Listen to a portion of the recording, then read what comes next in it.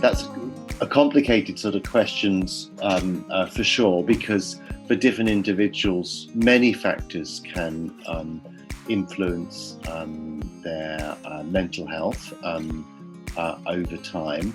We do know, there's limited evidence, but we do know, and this would be what we expect clinically, that like other young people, significant environmental factors from family breakdown and other events such as being picked on or bullied, for example, in school, will have, and there's some research evidence that they do have a negative impact on autistic children's emotional well-being, on their mental health.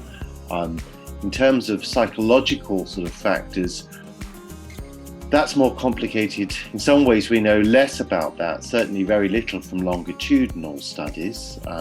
One of the complications is that sometimes it's easier to access and understand the internal states, for example, of autistic children and young people who are more able, because they're able to articulate and understand more about the internal states and feelings, which may not be possible for those children and young people with autism who are less able and have some degree of intellectual disability. In terms of other psychological processes, I don't think we know very much. There are certainly theories out there that some aspects of rigidity, cognitive rigidity, that could be a sort of cognitive feature of the repetitive and restricted interests that help define autism in terms of the diagnostics of the categories, that cognitive rigidity may be related to anxiety. There's a little bit of emerging sort of evidence about that, but relatively little from longitudinal studies. Most of that work is sort of cross-sectional, so it's harder to know what the direction of that influence might be. So I think it would be the same as it would be in usual sort of practice. One has to think about the psychological makeup of a young person when one is assessing them in the clinical situation. One has to take account of their own makeup in terms of their cognitive strengths and weaknesses and their particular style or way of thinking, but also be aware of environmental factors within the family, disputations, with parents and disagreements with siblings, but also experiences in school and the wider environment where they could be targeted by others. They can be quite vulnerable, and I think we have no reason to think that those environmental factors will not have an impact, as we know they do in children and young people in general, on their emotional well-being, on their mental health. I think we know that things that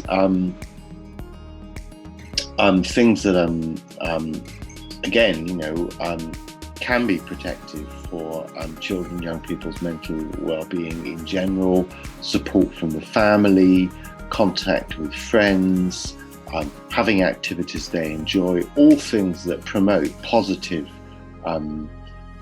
well-being, and positive mental health there's no reason not to think, will have the same protective effects potentially against for children and young people on the autism spectrum. Again, the things I mentioned in my last answer, doing what one can to minimize the potential exposure to bullying or other disagreements inside or outside the family. Those things, may have an effect. But of course, it is also true that in taking part in everyday life, there will be situations where young people with autism, who can be for many reasons vulnerable because they don't often understand social situations well, vulnerable because some of their behaviour might draw attention to themselves and mark them out as different, that all those things perhaps make them at more risk of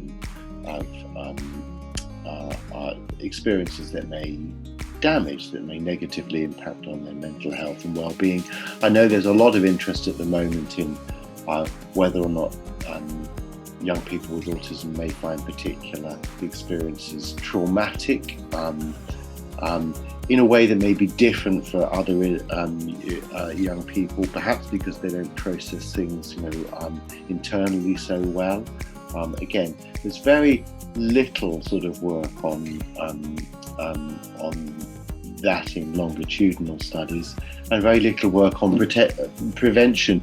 Prevention more generally, I did mention this in my presentation. We do know that there are programs directly working with young people with autism who are anxious, working with parents and carers to manage behavior, to manage emotions and tantrums and outbursts. All of those things do seem to have a beneficial effect on behavior and on well-being in young people with autism. They're not prevention, they're actual treatments. But I think I said in my talk that emotional difficulties and mental health problems are so common in autism. One barely needs to wait, for the problems to arise before one thinks about providing supportive, preventative sort of interventions. I know there's a lot of work going on here in the UK, and I know groups in North America and probably in Spain and other parts of mainland Europe who are also looking at whether or not programs like mindfulness sort of programs may be sort of beneficial. I think it's too early to know, but I know there's a lot of clinicians that I know in our clinical service who are getting trained in those sorts of approaches. I think it is just essential that everyone understands that autism is not a restricted condition, that most individuals with autism will have a profile whereby, in terms of their learning and cognitive abilities, in terms of their everyday adaptive function and development of independence skills, and in terms of their emotional development and their mental health and well-being, they are much more likely than other young people to have difficulties. And work from our group, but other groups, shows that the majority of children and young people on the autism spectrum have quite high levels of some forms of mental health difficulties and emotional and behavioural problems. The most common in childhood being anxiety, followed by hyperactivity or ADHD sort of features, followed by oppositionality. And then as young people age, probably things like obsessive compulsive disorder symptoms become more common, as do symptoms of depression and some other conditions. I think teaching that as part of teaching autism seems sort of really important, and not separating out autism as something different from thinking about mental well-being and mental health in children and young people in general. I know right now in many cohorts, ours, but some of the ones I talked about at the presentation, but I know in many other studies, people have been following young people often since childhood through adolescence. I know many cohorts now are getting through adolescence into adulthood. There's the EDX one, the Kathy Law cohort, the one I mentioned on the talk, the one I spoke about from our group with Emily Simonoff, and that's called the SNAP, the Special Needs and Autism Population Study. But I can think of ones like the Pathway Study from the Canadian group, where those children are in the mid-teenage years now. And I know they've been publishing work recently on emotional well-being, adaptive independence skills, quality of life going into adulthood. I think there has been a focus on some of this in young children. I think we know less about treatments and interventions for young children with autism. And in fact, that's true for psychopharmacological, for medical approaches, as well as psychological approaches. I think there's beginning to be, at least in clinical practice, a wider expertise over a longer period of time of using pharmacological treatments to manage things like anxiety and irritability and emotional difficulties, emotional regulation difficulties, which is a big growing sort of area in research and in clinical practice. And I think emotional regulation as a concept and how psychological interventions can target that, as well as potentially pharmacological interventions, and how they can be used in relatively young children, is a growing area. Well, there is reasonably good information about this, on the web. I obviously know the English-speaking organisations best. So, for example, I know the autistic charity here called Autistica in the UK does a lot of focus on mental health and has some very good information for parents and carers and for young people themselves on their websites.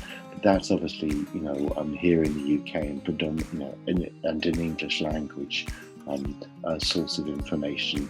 But, hopefully those sorts of things will be available or can be developed in your community.